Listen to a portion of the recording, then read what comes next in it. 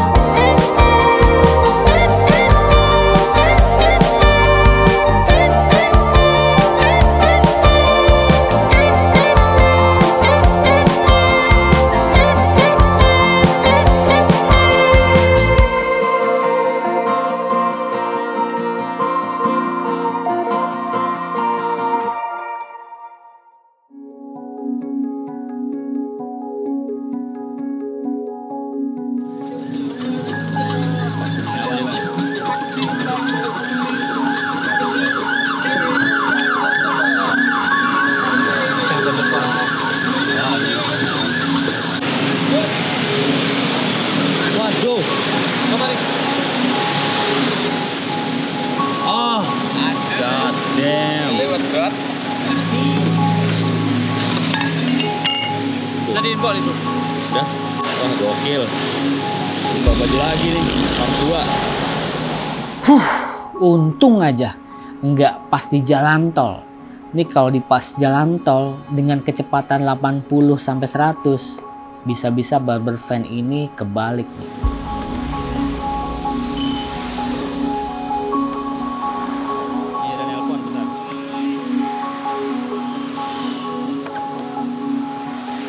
Jadi ini kedua kalinya Barber Van bannya meledak.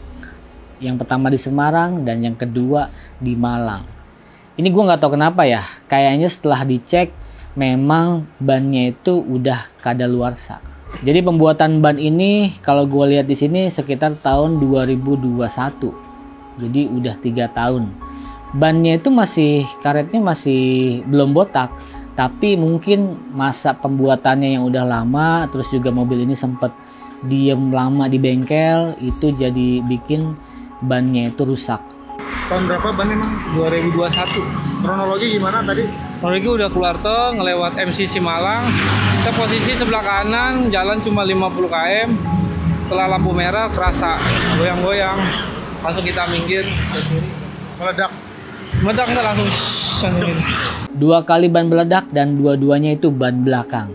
Mungkin ini jadi evaluasi buat gua juga ya. Barber Van ini kedepannya tuh harus dibuat seperti apa lagi, karena kayaknya untuk keseimbangannya perlu di adjust lagi gitu loh. Kayak terlalu berat ke belakang, karena di belakang itu ada air 80 liter masing-masing, terus juga ada AC dan yang lainnya itu kayaknya bikin bebannya tuh terlalu banyak di belakang.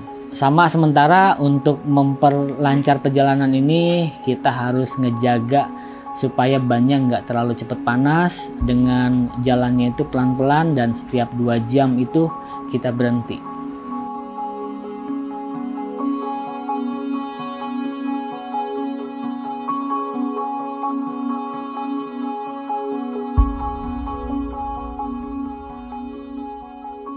Kalau bengkel tambal ban biasanya itu belahannya kelihatan. Nah. Kelihatan dong. Oke.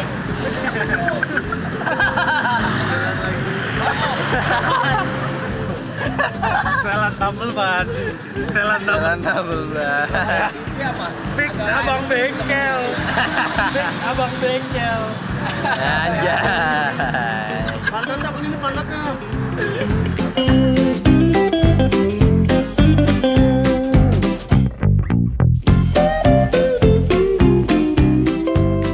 Oke, permasalahan ban udah selesai. Sekarang gue lanjut ke misi pertama, yaitu melihat barber unik di Malang. Dan ini sebenarnya gue udah pernah ketemu sebelumnya. Dan dari penampilannya ini dia tukang cukur, tapi penampilannya kayak dukun. Nah, gue pengen samperin nih hari ini, apakah dia dukun atau tukang cukur.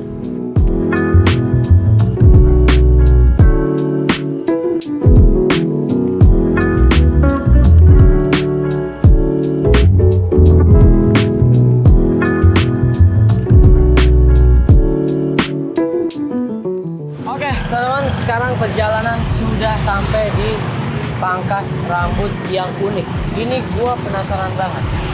Karena pangkas rambut ini adalah pangkas rambut dengan ilmu hitam. Jadi ada kodamnya. Canda ya guys, langsung aja kita samperin ya. Selamat sore, assalamualaikum. Assalamualaikum. Halo Mas. Selamat datang.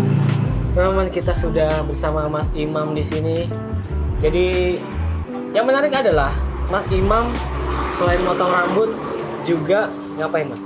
Ada tato Tato, juga, terus pijat alternatif ya. pijat Pijat alternatif ya, yang sekarang lagi ngetrennya totok saraf. totok saraf Ya. Tiba-tiba Saya langsung- coba ini ya nanti ya. Tiba-tiba langsung Pegel-pegel ini ya. Ini benar-benar unik sih. Dia tukang cukur tapi bisa notok juga. Ini gimana kalau gue cobain sama si Eka langsung nih? Iya. Coba. Iya, coba gini. Jadi waktu itu ya kan, dia kan demam. Iya, demam. Coba merunduk sini ya. Ini apa ya kan ya? Demam. Kan namanya tetangga ya kan? Ya. Nah, kamu sakit apa? Cuman gini aja. Lah kayak gini. Loh, masa dipegang gini sakit kan gitu. Gini. Loh. Lo kan jadi patung dia. Lo kan dia kan. Nah ini. Tuh kalau nggak kesakitan mukanya nggak bakal merah ini. Auranya beda langsung ya. Kodamnya keluar merah. Kodamnya keluar. Iya. Panas kan jadinya badannya kan. Gue nggak ngerti ya. Gue udah coba sekeras mungkin pakai 2 jari ke tangannya Eka. Itu katanya nggak berasa. Tapi ketika Mas Imam pakai dikit doang gini nih, itu langsung teriak si Eka. Jadi gue nggak tahu nih, ada strumnya di tangannya atau memang karena badannya dia besar, jadi kekuatannya besar juga. Entahlah. Sekarang gini aja, ini Bang Juli pegang sini. Oke, ini. Pegangnya dengan keras. Enak, seenaknya ada. Sakit nggak? Udah, ini sampai kelihatan kan? Ya, merah. Kuku nancep kan ya. Sementara saya cuma tangan satu Bang Juli. Ini Bang Juli. Ini udah naik sendiri nih Bang Juli. Iya kan? Terus ini ada lagi. Tadi kan pegang sini. Ini cuma saya iris aja gini. Cuma nempel aja gini. Terus ngapain? Tenang. Jangan keluarin jurus. Sekarang gimana? Sakit nggak? Jujur loh. Enggak. Gini. Aduh. Coba sekarang Pak. Enggak. Maksudnya gini, tangannya Bang Juli gini. Iya. Ya kan? Gini. Kok sakit? Transfer tenaganya. Transfer. Kalau saya pakai setrum, kesetrum nggak Bang Juli? Enggak. Enggak kan? Ya harusnya pas sakit kalau memang pakai setrum juga kan? Iya. Gitu aja. Sekarang Bang Juli lagi. Rasa nggak? Biasa aja. Sekarang saya pegang gini. Wah, itu. Kayaknya gara-gara ini nih. Oh ini dilepas dulu. Oke. Ini lepas juga. Nih, kayaknya gara-gara Lepas ini. juga. Oke. Coba kesini lagi. Tempat lain. Ini aja ngawur aja kan. Oh sini belum ya kan, ngawur aja tempatnya ya kan. Duh. Semua tempat aja gampang. Nah, setelah ngobrol-ngobrol panjang sama Mas Imam, sekarang waktunya teman-teman tim dari Haijul akan mencoba totok syarafnya Mas Imam. Tadi sih gue sempet kena sekali, tet aja di bagian pundak sini, dan itu kayak nggak bisa gerak langsung. Nah, gue nggak tahu nih kalau full totok syarafnya dia itu gimana rasanya. Kita langsung cobain ke anak-anak aja.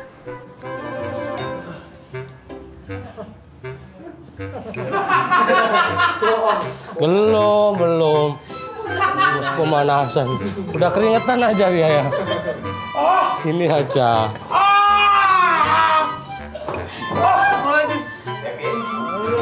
Iya. Enak lah ini. Kan masih belum. Waduh, strum. Aduh. Iya kan. Strumnya kok selesai kan. Gini. Oke. Satu kali lagi. Tidur ya kan. Enak lah ini.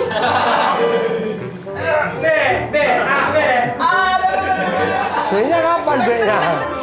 B-nya kapan? Kan Kalau saya bilang kapan berarti udah ya. nyantai aja nyantai ya. Iya. Iya, terus.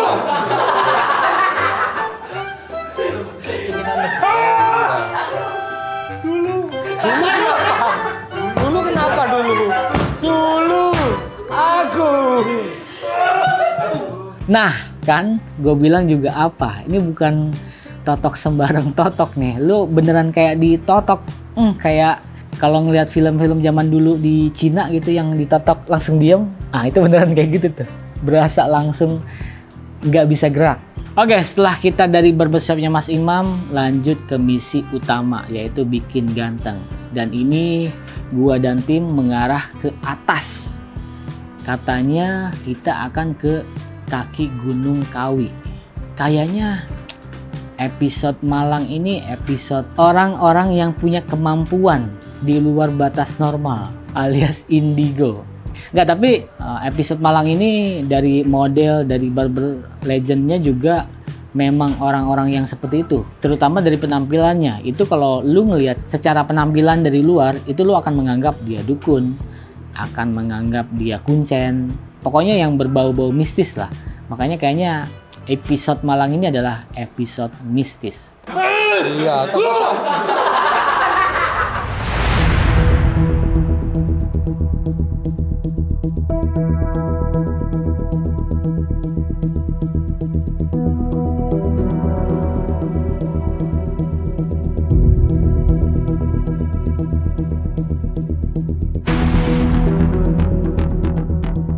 Akhirnya sampai juga gua di kaki Gunung Kawi, dan di sini gua langsung ketemu seseorang, yaitu Mas Dino. Katanya dia ini adalah salah satu keturunan yang menjaga tempat ziarah yang ada di kaki Gunung Kawi. Oke, kita langsung ketemu orangnya yang akan gua gantengin hari ini malam. Selamat siang, Mas. Selamat siang, Mas. Assalamualaikum. Waalaikumsalam warahmatullahi wabarakatuh. Selamat datang. Ini Dengan Mas siapa? Saya dengan Mas Dino. Dino. Ya.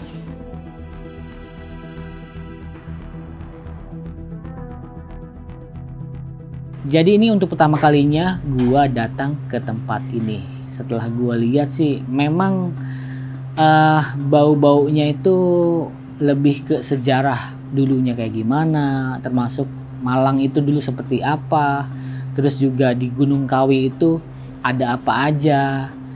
Setelah ngobrol banyak, kalau warga di sini tuh lebih ke menjaga budaya yang sudah ada dari dulu.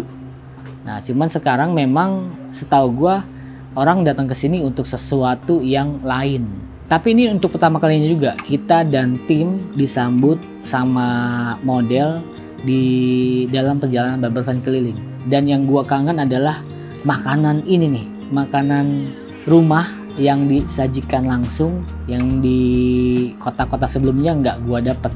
Dan ini bikin gua makin kangen sama orang rumah. Makan dulu, sebelum nyukur kita makan dulu guys. Mas Dino, aku terima kasih banyak banget ini. Sama-sama, Mas. Terima kasih. Jadi ini selama kita road trip ini udah 20 harian. Makan tuh kan sembarang aja ya, nasi padang apa segala macam. Nih pertama kali makan rumahan yang dimasak tuh ini. Jadinya tuh kayak berasa tuh kangennya, enaknya tuh berasa banget. Karena udah lama nih gak makan kayak gini, Mas. Udah 20 hari. 20 hari tuh.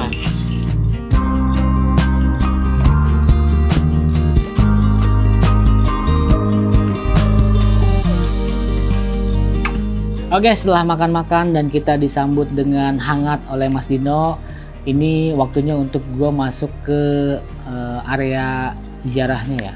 Dan gue dan tim di sini kayaknya memang lebih wisata. Gue dikasih tahu segala macam tentang semua yang ada di sini. Yang menarik itu ada masjid, ada kelenteng, dan juga ada makam di situ. Dan semuanya saling menghargai. Terus juga yang menarik, pengelolaan di sini tuh menurut gue rapih ya. Kayak jalannya itu bersih, terus juga pedagang-pedagangnya itu ditaruh di tempat-tempat yang seharusnya. Jadi di dalam itu memang selain tempat wisata, tempat orang berziarah, juga menjaga warganya tetap bisa tinggal di situ.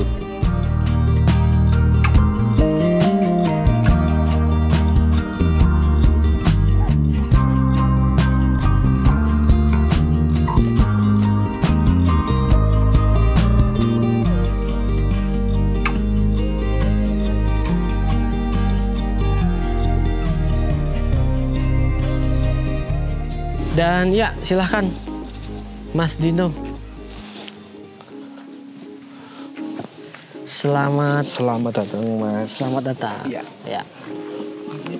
Nah, udah siap ya Mas? Siap. Siapkan kepada ahlinya.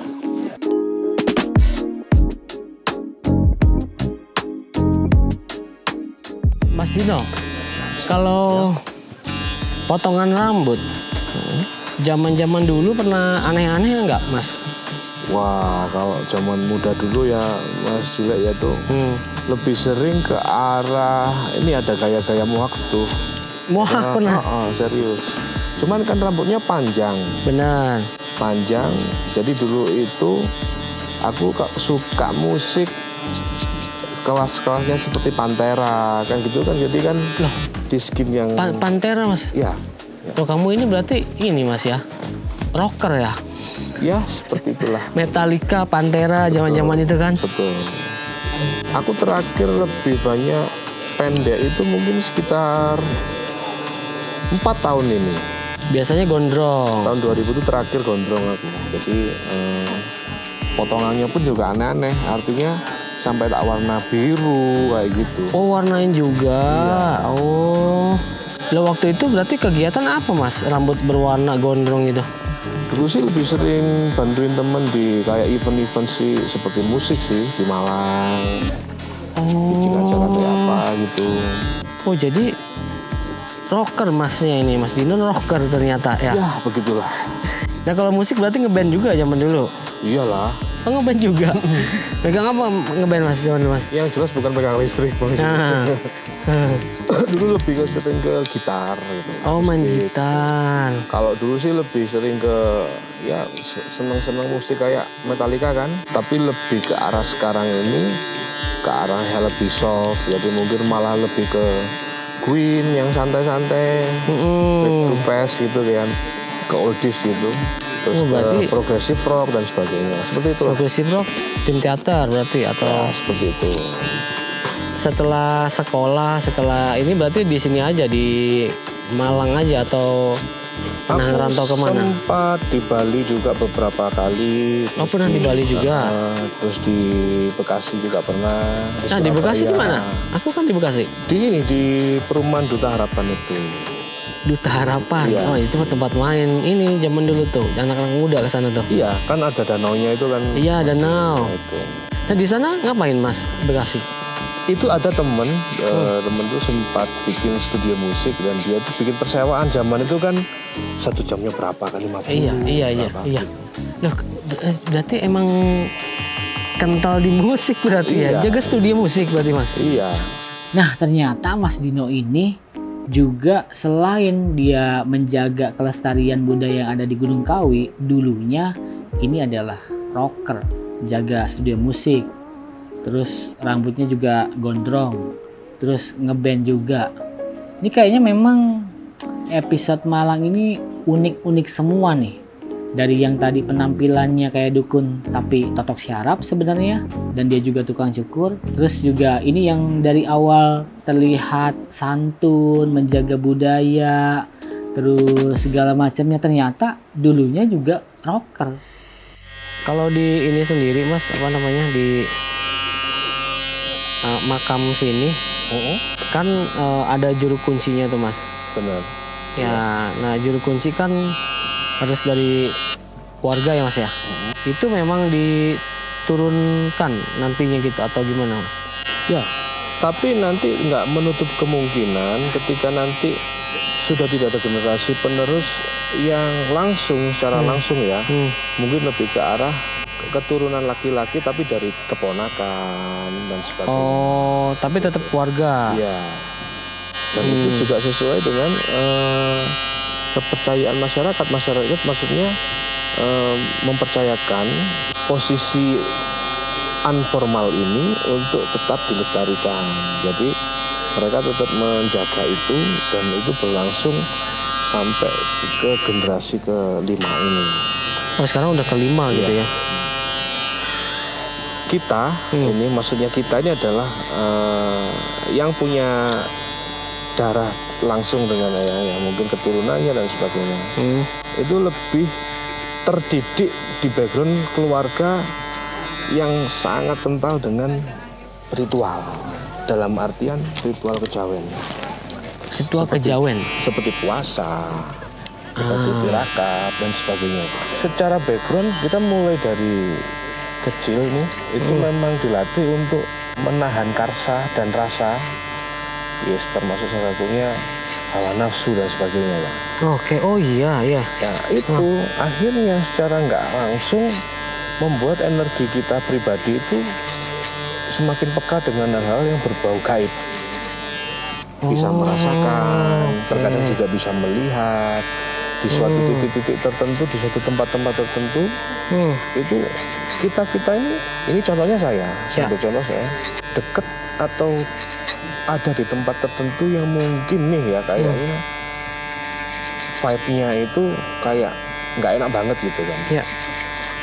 Itu gampang banget Mas Jule. Jadi dimanapun akhirnya nggak hanya di sini, dimanapun akhirnya kalau di tempat-tempat yang mungkin nggak ngerasa nggak enak banget, kita ngerasa. Bahkan terkadang juga bisa terlihat sosok lah ya, nih sosok entitas dan sebagainya. Tapi ya nggak sih yang berupa wujud dalam bentuk yang kasar ya. Mungkin sekelebat bayangan lah. Atau terkadang kalau kita hanya mengheningkan cipta, diem, seperti ambil posisi meditasi, kita bisa melihat tuh. Harusnya merasa kayak ada orang di sini.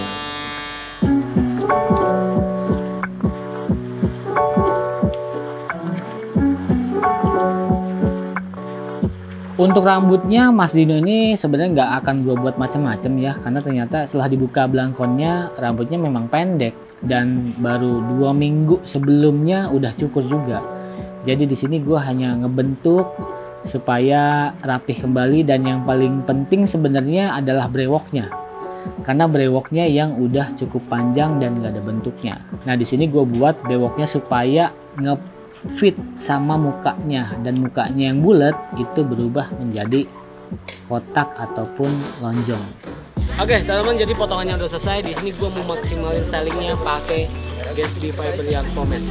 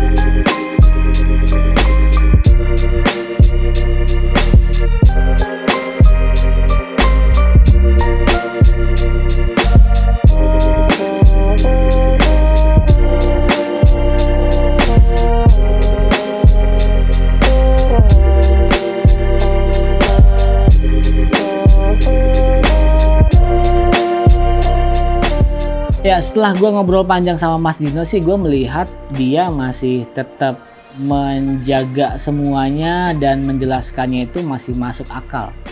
Ngerti nggak? Maksud gue, ketika orang-orang kesini minta pesugihan atau hal-hal yang lain yang dalam tanda kutip negatif, ya sebenarnya itu tergantung sama niatnya orang masing-masing.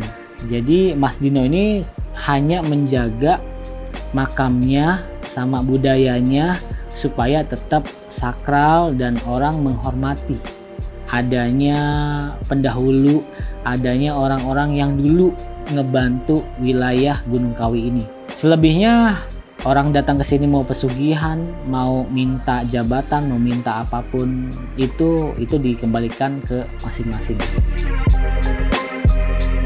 Bagi saya, Mas Dino adalah sosok yang penuh bisa menginspirasi banyak orang. Tak hanya berpengetahuan luas tentang budaya dan adat istiadat Jawa, tapi juga memiliki dedikasi yang tinggi pada apa yang ia jalani. Dari perbincangan hari ini banyak pelajaran yang bisa saya ambil tentang kearifan lokal dan nilai-nilai kebaikan dari budaya itu sendiri.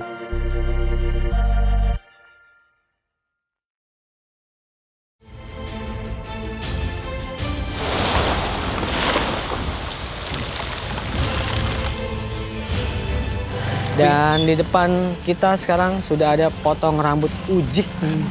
Kalau saya itu bukan saya yang ngasih harga, Mas. Ya pelanggan-pelanggan itu. Pernah nyukur tublok nggak? Belum. Belum pernah. Ini tublok nih namanya nih. Tapi kalau modelnya ini aku pernah bikin. Nah, itu cuman tublok. namanya nggak tahu. Nggak tahu. Udah berapa lama nggak potong rambut, Pak? Udah dari 84, berarti duda sampai sekarang nih Pak ya? Iya.